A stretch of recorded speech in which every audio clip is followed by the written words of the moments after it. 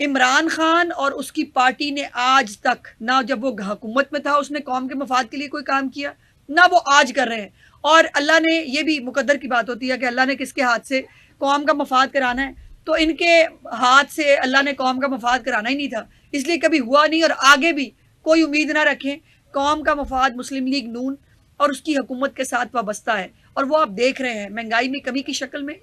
دوسرے ملکوں سے تعلقات سے بہتری کی شکل میں، سرمایہ کاری کی شکل میں، اور پاکستان کے جو پسے ہوئے لوگ تھے ان کی زندگیوں میں بہتری لانے کی شکل میں جو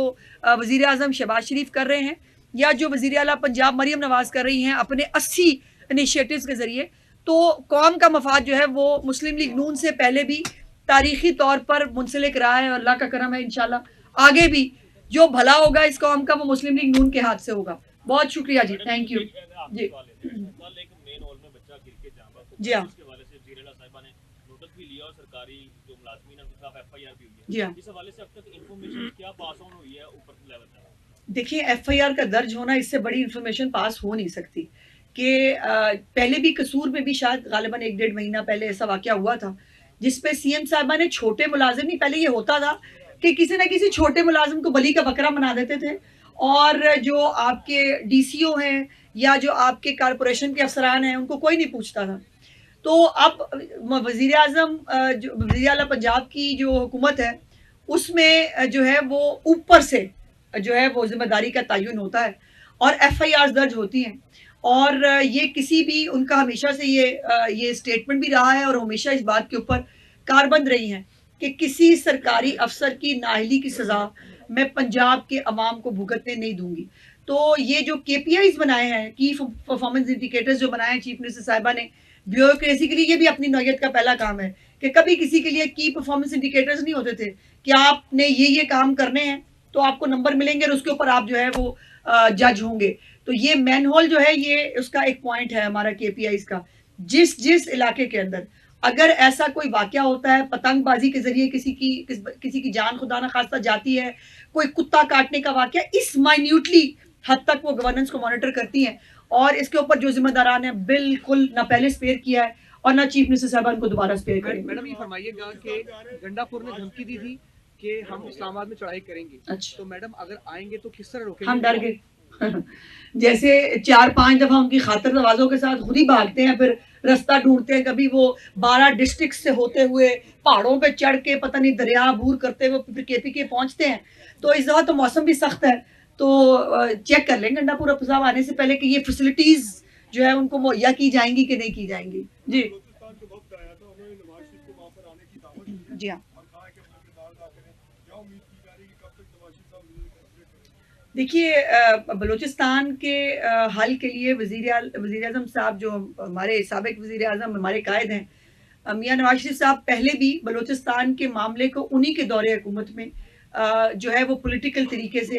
اچھے طریقے سے ہینڈل کیا گیا تھا، معاملات بہتر ہوئے تھے، اور اب بھی وہ اپنا ہر طرح کا رول ادا کرنے کے لیے تیار ہے. اس کے اوپر پہلا سٹیپ کیا ہوگا، دوسرا سٹیپ کیا ہوگا، انشاءاللہ بہت جلد اس سے آپ کو آگاہ کریں گے. لیکن بلوچستان پاکستان کا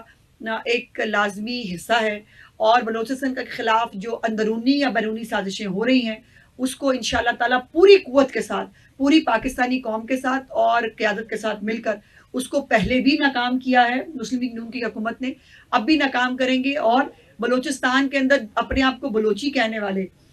کچھ سیاستدان ایسے ہیں کہ جو بی ایل اے کے دہشت گرد جو جعفر ایکسپریس پہ حملہ کرتے ہیں ان کی لاشیں لینے کے لیے پہنچ جاتے ہیں، اور مجھے کوئی کہے کہ یہ محب وطن پاکستانی ہے تو I'm sorry، یہ ہمیں پاکستانیوں کو سمجھ نہیں آتا. جو ہمارے جو ہے جعفر ایکسپریس کو اغوا کریں وہ دہشت گرد ہیں، اور ان دہشت گردوں کی پشت پناہی کرنے کے لیے جو بھی کوئی سیاستدان اپنے آپ کو سیاسی کہتے ہوئے ان کی پشت پناہی کرے گا وہ بھی سیاستدان کہلانے کے لائق نہیں ہے. جی کرو مینوں بڑی اچھی پنجابی بولنی آندی ہے، ایسی کوئی گل نہیں آئی. ہاں جی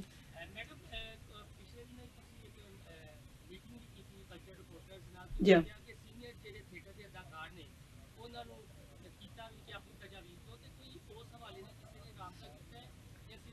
مجھے بہت خوشی ہوئی ہے محسن صاحب، میں دیکھیا ایک اپنا ریمبو صاحب سن، ایک اور بھی میں ایم فارگیٹنگ ہز نیم، ਉਹਨਾਂ ਨੇ ਕਿਹਾ ਕਿ ਜੀ ਅਸੀਂ ਇੰਨੀ ਹਰਕਤਾਂ ਦੀ ਵਜ੍ਹਾ ਤੋਂ ਥੀਏਟਰ ਛੱਡ ਦਿੱਤਾ ਸੀ, ਔਰ ਅਗਰ ਪੰਜਾਬ ਹਕੂਮਤ ਜੋ ਕਰ ਰਹੀ ਹੈ ਅਗਰ ਉਹ ਇਨਫੋਰਸ ਕਰ ਪਾਏ ਤੇ ਅਸੀਂ ਦੁਬਾਰਾ ਥੀਏਟਰ ਆਉਣ ਨੂੰ ਤਿਆਰ ਹਾਂ। ਇਹ ਬਹੁਤ ਵੱਡੀ ਖਬਰ ਹੈ ਕਿ ਜੋ ਲੋਕ ਜੋ ਸਾਡੇ ਉਹ ਐਕਟਰਸ ਜੋ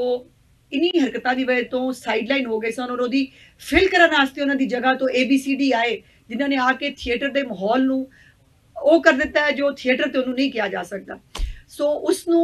ਉਹ ਇਸ ਨੂੰ ਐਪਰੀਸ਼ੀਏਟ ਕਰ ਰਹੇ ਨੇ, ਔਰ ਅਗਰ ਇਸ ਤਰ੍ਹਾਂ ਦੇ ਨਾ ਅਸੀਂ ਵਾਪਸ ਲੈ ਆਈਏ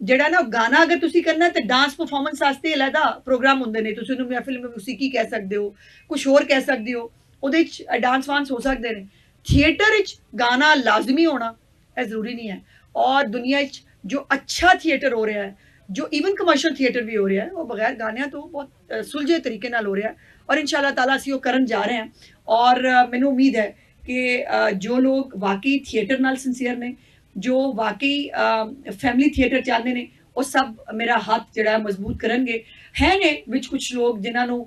ਪ੍ਰੋਬਲਮ ਵੀ ਹੋਏਗੀ, ਹੋਣਗੇ ਕੋਈ 0.000% ਲੋਕ ਹੋਣਗੇ, ਉਹਨਾਂ ਨੂੰ ਤਕਲੀਫ ਵੀ ਹੋਏਗੀ,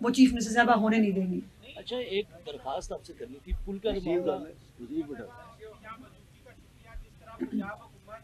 اور آپ نے صحافیوں کی ویلفیئر کے لیے اقدامات کیے ہیں بہت مہربانی. لیکن اس کے ساتھ ساتھ آپ نے ایک اعلان کیا تھا کہ تمام اداروں کے اشتہارات کو ہم مرکز کی تنخواہوں سے جی ہاں بدقسمتی سے اس عید پر بھی بہت سے اداروں نے آدھی تنخواہیں جی ہاں کائنڈلی انفارمیشن بھی اس وقت ہمارے کچھ موجود ہے اس معاملے کو بڑا قریب سے دیکھیں. ہم نے بہت قریب سے دیکھا ہے بھائی. اور اگر عید کے آخری دنوں میں بھی لوگوں کو تنخواہیں جن کو سب کو ملی ہیں وہ اس میں تھوڑا سا اتنا سا رول ہمارا بھی ہے کیونکہ ہم نے اس کو بہت ریگرسلی فالو کیا تھا. اور انصاری صاحب اس کے اوپر بہت کنسرن تھے, میرے پاس وہ 2-3 دفعہ تشریف بھی لائے. ہمارے پی ایف یو کے جو ہمارے دوست ہیں وہ بھی ہمارے پاس آئے تھے. ہم نے لیٹرز بھی لکھے باقاعدہ ان سے, ہم نے جو ہے رپورٹس مانگی کہ آپ نے کس کس ادارے نے اپنی جو ہے وہ اگر کوئی ابھی بھی پینڈنگ تنخواہیں ہیں تو انشاءاللہ ایک روپیہ جو ہے وہ آپ کو دلانا ہماری ذمہ داری ہے. ہم نے اس وقت 2 ارب روپے کے قریب جو ہے وہ ہم نے ادائیگیاں کی ہیں اور ہماری طرف سے کوئی جو ہے وہ نہیں ہے کہ ہم نے اگر کوئی پیسے ہماری طرف سے رکے ہوں تو پھر آپ کو تنخواہیں نہ ملے. ہم نے اپنا فرض ادا کیا ہے, آپ کے مالکان کو اپنا فرض ادا کرنا پڑے گا اور یہ ہم فالو اپ اس کا بالکل رکھیں گے, اس کو بالکل ہم نظر انداز نہیں کرنے دیں گے. بہت بہت شکریہ جی, تھینک یو.